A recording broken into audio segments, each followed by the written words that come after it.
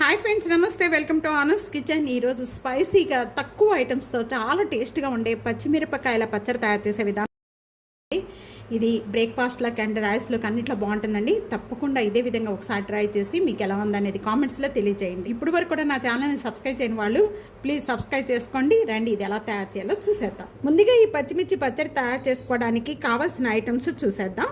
ఒక 20 పచ్చిమిర్చికి ఒక చిన్న ఉసిరికాయ అంత చింతపండు ఈ విధంగా ఒక 1 టేబుల్ స్పూన్ జీరా, 1/2 టేబుల్ స్పూన్ మెంతులు,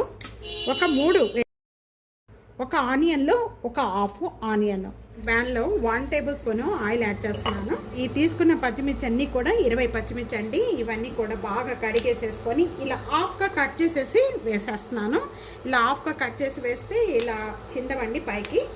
ఇలా ఇవన్నీ కూడా లో ఫ్లేమ్లో పెట్టేసేసుకొని వేయించుకోవాలి. మూత పెట్టేసి లేదా పైకి చిందుతాయండి. బాగా వేయించుకోవాలి. మధ్య మధ్యలో మూత అనేది ఓపెన్ చేసుకొని ఈ విధంగా కలుపుకుంటూ ఉండాలి. ఈ విధంగా వేగిపోయిన వెంటనే కూడా ఇప్పుడు జీరా యాడ్ చేసుకుందాం. 1/2 టేబుల్ స్పూన్. ఇవి కూడా బాగా వేయించుకోవాలి. ఇవి ముందుగానే వేయించుకోవడం వల్ల మాడిపోతాయండి. అందుకని పచ్చిమిర్చి బాగా వేగిపోయిన వెంటనే కూడా ఇవి వేయించుకోవాలి. ఈ విధంగా వేగిపోయిన వెంటనే ఇంకా స్టవ్ బంద్ చేసేద్దాం. ఇంకా చల్లారిపోయిన తర్వాత ఇప్పుడు ఈ మిక్సీ జార్లో యాడ్ చేసేస్తున్నాను. వీటితో పాటు ఒక 1 టేబుల్ స్పూన్ సాల్ట్ చూసుకొని వేసుకోండి. అలాగే ఇక్కడ ఇట్లనే యాడ్ చేసేస్తాను. అలాగే ఇక్కడ మనం చింతపండు నానపెట్టుకునే ముందు ఒక 2 టైమ్స్ బాగా కడగాలండి. కడిగి నానపెట్టుకోండి. ఇట్లా యాడ్ చేసేస్తున్నాను.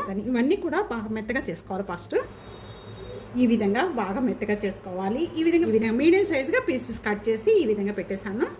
ఇవన్నీ కూడా దీంట్లో వేసేసి ఒక్కసారి మళ్ళీ మిక్సీ జార్ పట్టుకోవాలి.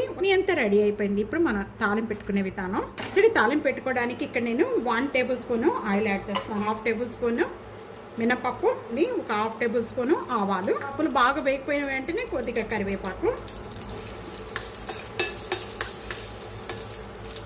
ఈ పోపు గింజలన్నీ కూడా బాగా వేగిపోయినాయండి. ఈ విధంగా వేగిపోయిన వెంటనే ఇంకా పచ్చడిలో కలిపేస్తున్నాను అనమాట. ఈ తాలింపు అంతా మనకి పచ్చిమిర్చి పచ్చడికి చాలా ఘాటుగా ఉంటుందేమో అనుకుంటాము, కానీ అసలు తక్కువ ఐటమ్స్తోనే చాలా టేస్ట్గా ఉండే పచ్చడి రెడీ అయిపోయింది. ఒకటి ఇదే విధంగా ఒకసారి ట్రై చేసి మీకు ఎలా ఉందనేది కామెంట్స్లో తెలియజేయండి. వీడియో నచ్చితే కనుక ఫ్యామిలీకి, ఫ్రెండ్స్కి video share and like, comment, subscribe చేసుకోవడం అస్సలు మర్చిపోవద్దు. Thank you for watching.